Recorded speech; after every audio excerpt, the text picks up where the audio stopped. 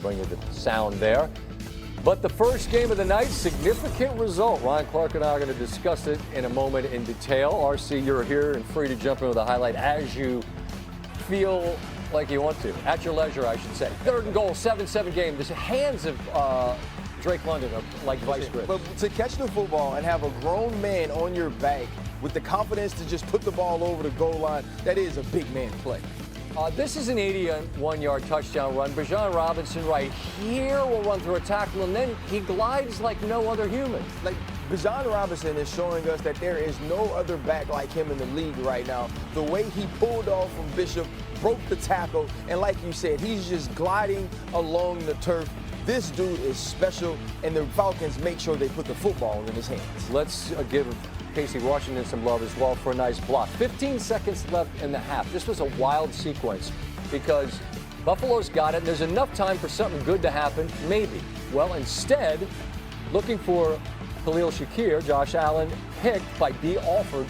Great jump on the ball. This is a great play. He undercuts the throw. Josh Allen leaves it a little bit inside, gives Atlanta a chance. Now, Dan Orlovsky was saying there's enough time here to run one play, get down. Wait, they're not running. They're throwing to Drake London. He's going to score a touchdown. And in real time, RC, we thought they got 6. Couldn't believe it. Hey, we were so fired up. One was saying, get down, get down, get down. Go, go, go. But that right foot is out of bounds. So instead of being up 28-7, it's 21-7. Buffalo gets the ball coming out of the locker room, and here comes Ray Davis, and he does not put his foot out of bounds. He is into the end zone, and just like that, Buffalo and the beautiful throwbacks is within 7. Same score. It's 4th and 2. Josh Allen, we've seen him ad-lib like nobody else, but here he can't get quite enough on it to Ty Johnson. Listen, he can't get the ball to him. This is the play we've seen Josh Allen make time and time again. Huge stop for the defense of the Falcons. Missed opportunity, but this Atlanta defense kept showing itself over and over again late after Atlanta exhausted a ton of clock and then got a field goal to make it a 10-point game. Allen, last gasp pick by D'Angelo Malone. And after losing at home to New England on the road against Atlanta, they've lost again. Atlanta celebrating a huge win. Bring it up! Hey, that was a playoff atmosphere. Hey, that was a playoff atmosphere with 2 playoff teams. Or about to be. Right? Hey, keep doing what you do every day and playing for each other. I keep saying it. He's the best player in football.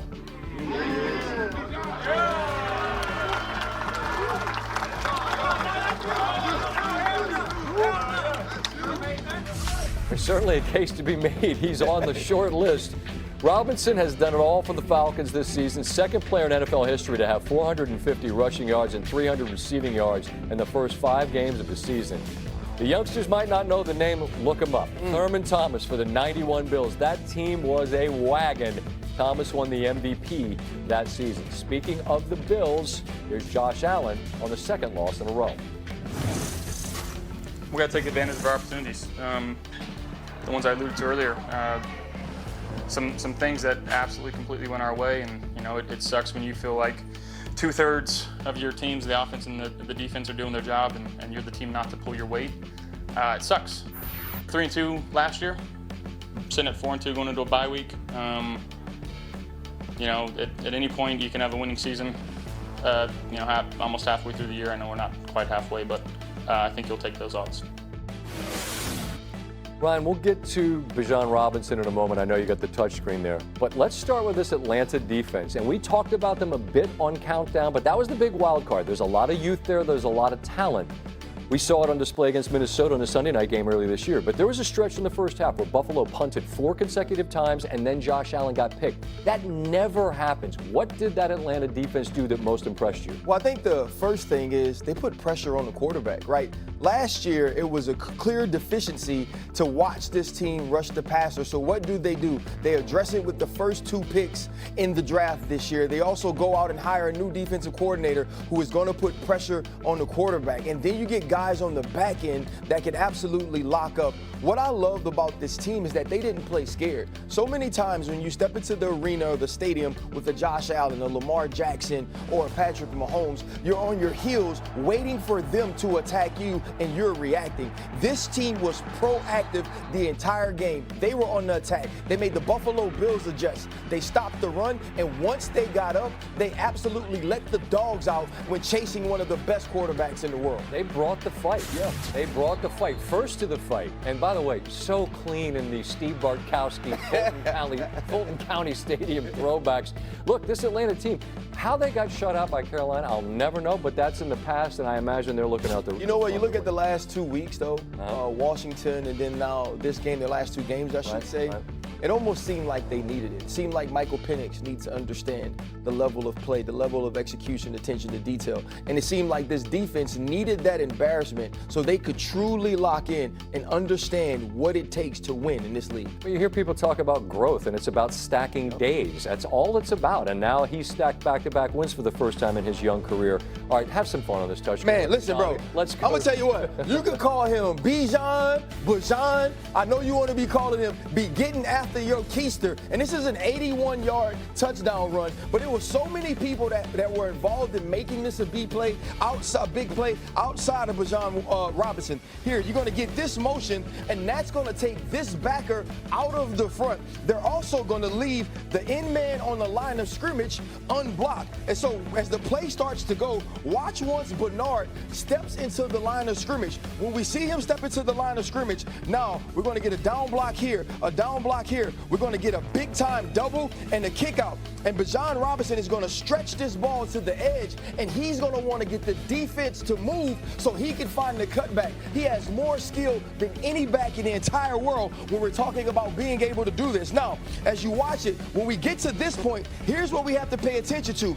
Block on block here, block on block here. That's going to allow Bijan Robinson to get up in the middle, and then now, Cole Bishop's going to be in the middle of the field, and don't nobody in the world want to be this dude by yourself in the middle of the field when this dude, Bijan Robinson, breaks through the line of scrimmage. Now, when he gets out, I want you to see the vision. First of all, let's talk about this block.